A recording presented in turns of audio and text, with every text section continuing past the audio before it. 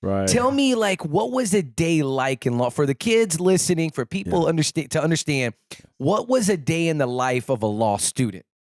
Sure. So typically you're waking up in the morning and, you're going to the campus. You will have between 2 and 4 courses per day. And, 5-6 hours you're in class. After that, you're headed to the library. You're studying for the rest of the day to prepare for the next day. So you're constantly either studying or in class. That's it. You really don't have a life when you're in law school. I felt bad, man, because I wasn't keeping up with my friends. I wasn't reaching out to people. I wasn't really on Facebook back then as much as, a lot of other people. So I kind of went off the grid because I was so focused. You're just constantly preparing or you're in class. So it's a lot of reading, a lot of writing, a lot of preparation, and it's very competitive. Okay. So you want to be in that library. You want to make sure you're on top of things. You're competing for internships and jobs with all these, other kids whose daddies are judges and lawyers and this and that, who have some competitive advantages. Yeah.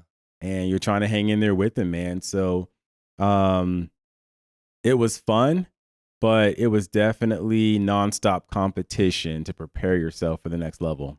And so that preparation, so you were preparing because when you got in the class, is it like that, the movies where they would ask questions and have people, is it like that to a degree? My law school was, I think they're getting soft these days. They're just getting soft on a lot of things, right? But I don't think they're like cold calling people like they used to. Okay. They don't want to embarrass people or something. At least that's what I'm hearing. Yeah. But back in the day, you didn't know if you were going to get called or not. So you had to be prepared.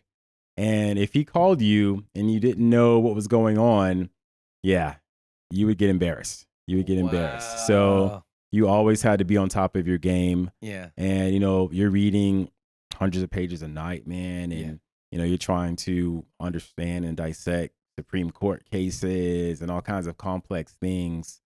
So you have to have your notes together. You have to be organized. Yeah. Because there's always going to be those kids who are on top of it. Yeah. So you don't want to look bad, amongst them. Because, your reputation as well. Yeah. You don't want people to say, oh, that's that kid. He didn't know what he was doing. He shouldn't even be here, kind of thing. So. Yeah. Do you think the Cornerstone School was a good preparation? That private school education kind of prepares you for that? Right? I think so, man. I think that private school education mixed with what I learned at Reagan, which, is a really good school, I think combined really helped prepare me for Baylor, which then helped prepare me for law school. So just those building blocks. Yeah. Absolutely. Yeah, that's cool. Okay, so where does personal injury come into all this? Oh, How does that come in? So, law school, St. Louis. And, originally I was planning on staying up there. I was going to take the Illinois and the Missouri bar because they're right next to each other. Okay. Half of St. Louis is in the state of Illinois. Okay. So I'd been to Chicago a few times. I like Chicago. That was awesome. Yeah, for sure. Except I went St. Patty's Day one time. It was March, spring break. I'm like, cool, spring break. I'm thinking beaches, shorts, T-shirts.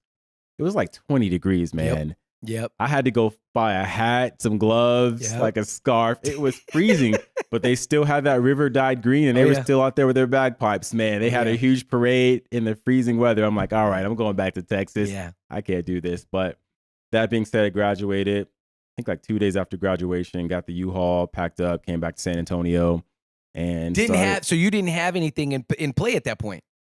Nothing in play at that point? Nothing, man. I just knew that the bar exam was the next step. Oh, okay. Yeah. Okay, that makes sense. Take that bar. So I believe we graduated in May. The bar was like either end of July, beginning of August. Yeah. I came back immediately, started studying like the next day that I had gotten back. And I stayed with my grandmother because she had some extra space and it was a place for me to just focus in. It was nice and quiet. At this point, how old were you at this point? I was 25. 25. Okay, keep going. Yeah, 25. So I took an LSAT course and just started studying for 2-3 months straight, man, because I was hell-bent on passing the bar. You wanted to pass that first time? I had to pass it, man. Yeah. So I took the exam, and it takes like 4 or 5 months to find out your results. What? So, yeah, I took the exam. So, I'm just all anxious and whatnot. It might be a little less than that, but it takes a while. It takes a while, yeah. So I needed to make some money in between, of course. So I took a job at HEB. I was working in their warehouse overnight. and I would work at Sports Authority during the day. I think they went out I of remember business. Sports Authority. Yeah, they're gone now. So I was working 2 jobs, man, and just waiting to see if I'd pass the bar. And finally, the results came in, and I did pass. I did pass, man. So that was that's amazing. impressive. That was great, man.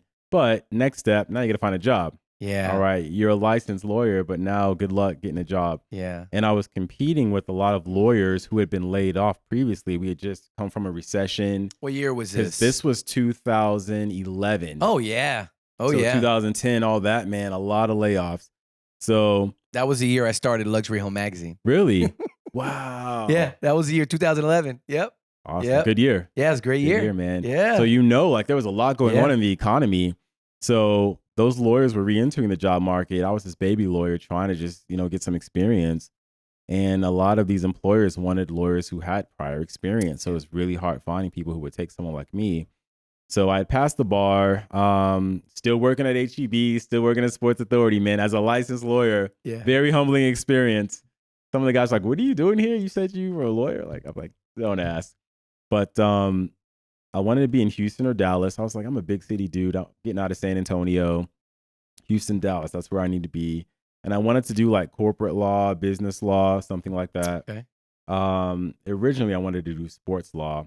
Thought that was my calling, so to speak, but I didn't get an internship with the Cardinals or the Blues, so that didn't work out per se. But I was applying to these firms in Dallas, Houston. No one was calling back. I eventually got a call from a firm in Corpus. Yeah.